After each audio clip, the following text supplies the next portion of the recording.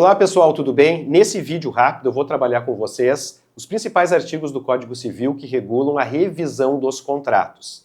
Caio Mário da Silva Pereira, que era um dos autores mais lidos no século passado aqui no Brasil, afirmava que nós vivemos no mundo dos contratos. E eu concordo com ele. Afinal, desde que acordamos até que voltamos à cama de noite, é normal que nós celebremos ao longo do dia muitos contratos. E muitas vezes não nos damos conta disso. Pois bem, quando se fala em revisão do contrato, nós temos que ter em mente que se trata de algo excepcional, porque, de regra, para se oferecer segurança jurídica às pessoas envolvidas, existe o chamado princípio do pacta sunt servanda.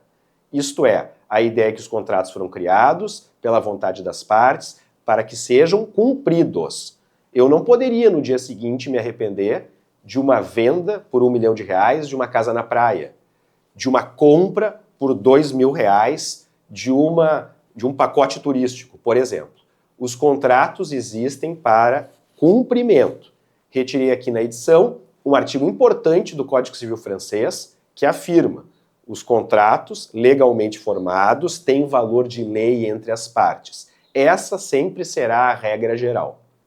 Contudo, haverá situações em que, por exemplo, com o passar do tempo, a prestação de uma das partes torne-se muito onerosa. Na história do direito civil, existem dois casos muito importantes. O primeiro deles foi o caso do Canal de Craponne, julgado pela Corte de Cassação francesa, em que se tem ali uma das frases mais importantes do direito civil. Caso concreto, o que havia ocorrido? Um vizinho se comprometera com o outro para disponibilizar água para irrigar a sua propriedade. 3 séculos depois, o valor que eles haviam combinado, 3 sous, era o nome da moeda da França da época, tornara-se absolutamente irrisório por causa da inflação.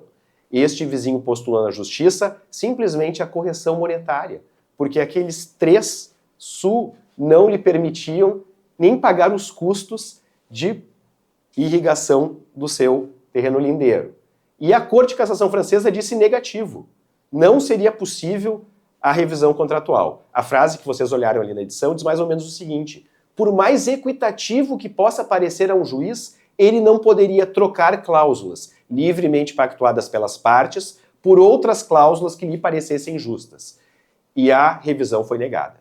O segundo grande caso, o segundo grande precedente, é o caso do Gás de Bordeaux, em que havia uma companhia que fornecia luz na região de Bordeaux no início do século XX, quando eclodiu a Primeira Guerra Mundial. Subitamente, o preço do carvão, que era a principal matéria-prima para se oferecer energia elétrica, ele subiu demais. A Polônia, que era a grande fornecedora, enfrentava também a Guerra Mundial. E essa companhia de gás de Bordeaux afirmou: se não reajustarmos os preços da energia elétrica, a minha empresa vai falir e a região de Bordeaux vai ficar escura. Não haverá energia elétrica.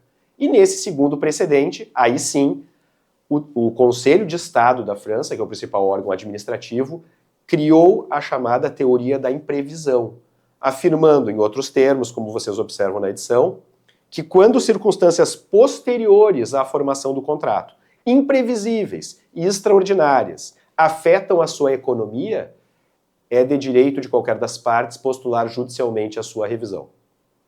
Esses dois precedentes convivem no direito brasileiro, nos artigos 317 e 478, como vocês observam aqui na tela. E da análise dos julgamentos do Superior Tribunal de Justiça, bem como de todos os tribunais da Federação, e eu botei grande parte deles aqui na edição, os senhores observam que seja a revisão, seja a onerosidade excessiva, são institutos excepcionais, que devem ser demonstrados cabalmente pelo autor da ação.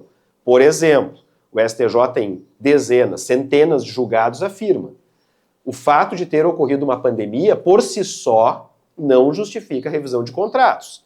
Por quê? Em alguns contratos, a pandemia teve enorme influência. Por exemplo, um restaurante que ficou proibido de funcionar por uma determinação de um município ou de um estado.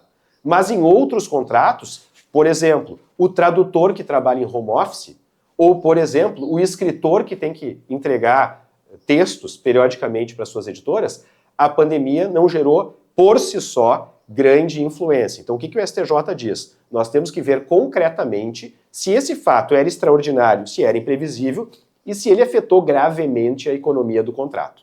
Sobre o tema da pandemia, o grande precedente do STJ é este acórdão de relatoria do ministro Luiz Felipe Salomão, em que ele se deparou com um pedido de uma empresa de coworking no Distrito Federal para se revisar o valor do aluguel, porque houve uma determinação do governo distrital de proibição de atividade de coworking no curso de muitos meses dentro da pandemia. O ministro Salomão, neste caso concreto, analisando a queda da receita, a queda do faturamento dessa empresa de coworking, que não tinha receita para pagar o seu locador, ele sim se sensibilizou e concordou com uma redução de 50% do valor do aluguel. Porque no caso concreto ficou bem demonstrado o impacto da pandemia na vida daquele contrato. Selecionei também um acordo do Tribunal de Justiça de São Paulo bastante interessante, em que um cidadão tinha enorme boa-fé, segundo o Tribunal de Justiça de São Paulo.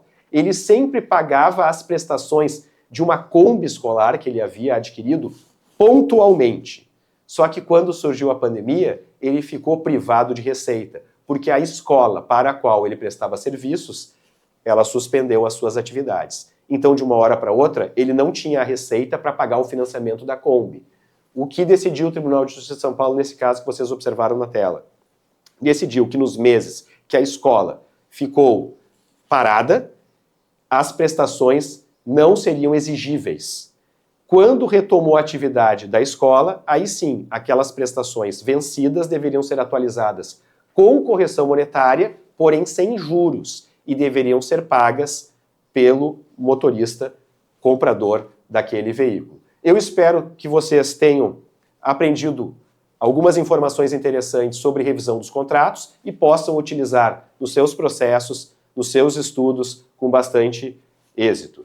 Se ficaram com alguma dúvida, é uma alegria participar com vocês dos debates que ocorrem aqui embaixo. Fique à vontade. Grande abraço!